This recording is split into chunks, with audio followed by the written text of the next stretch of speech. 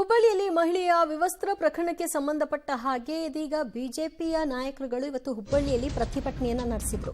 ಘಟನೆ ಖಂಡಿಸಿ ರಾಜ್ಯ ಸರ್ಕಾರದ ವಿರುದ್ಧ ಆಕ್ರೋಶವನ್ನು ಹೊರಹಾಕಿದ್ರು. ಅಂಬೇಡ್ಕರ್ ವೃತ್ತದಿಂದ ಸಂಗೊಳ್ಳಿ ರಾಯಣ್ಣ ಸರ್ಕಲ್ ವರೆಗೂ ಕೂಡ ಪ್ರತಿಭಟನೆಯಲ್ಲಿ ಹೆಜ್ಜೆ ಹಾಕಿದ್ರು. ರಾಜ್ಯ ಸರ್ಕಾರದ ವಿರುದ್ಧ ಘೋಷಣೆಯನ್ನ ಕೂಗ್ತಾ ಸಿಎಂ ಸಿದ್ದರಾಮಯ್ಯನವರ ಪ್ರತಿಕೃತಿಯನ್ನ ದಹಿಸಿ ಬಿಜೆಪಿ ನಾಯಕರು ಆಕ್ರೋಶವನ್ನು ವ್ಯಕ್ತಪಡಿಸಿ ಸರ್ಕಾರ ಬದುಕಿದೆಯಾ, ಜೀವಂತವಾಗಿದೆಯಾ, ಹೆಣ್ಣು ಮಕ್ಕಳಿಗೆ ಕೊಡುವಂತಹ ಗೌರವ ಏನು ಅನ್ನುವಂತಹ ಪ್ರಶ್ನೆಗಳನ್ನು ಎತ್ತಿತು.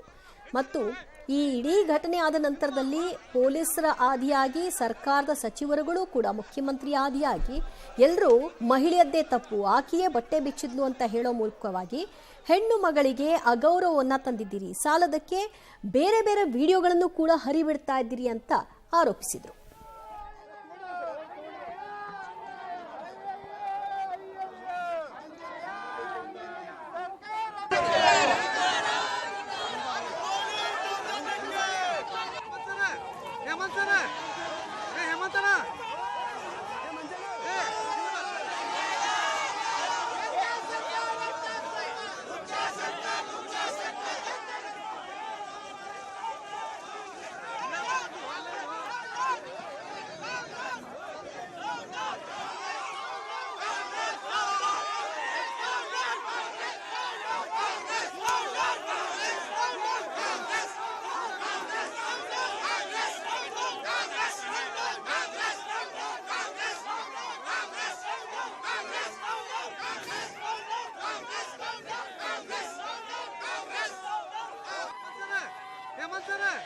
ಆಗಿರೋದು ಒಬ್ಬ ದಲಿತ ಮಹಿಳೆಗೆ.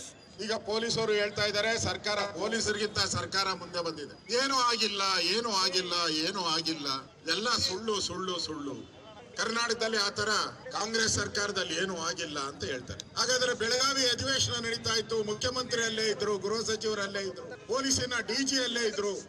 ಒಬ್ಬ ದಲಿತ ಮಹಿಳೆಯನ್ನ ಬಟ್ಟೆ ಬಿಚ್ಚಿ ಹಾಕಿ ಕಂಬಕ್ಕೆ ಕಟ್ಟಿ ಒಡೆದ್ರು. 2 ಗಂಟೆ ಕಂಬದಲ್ಲೇ ಆ ಮಹಿಳೆ ನಿಂತಿದ್ಲು.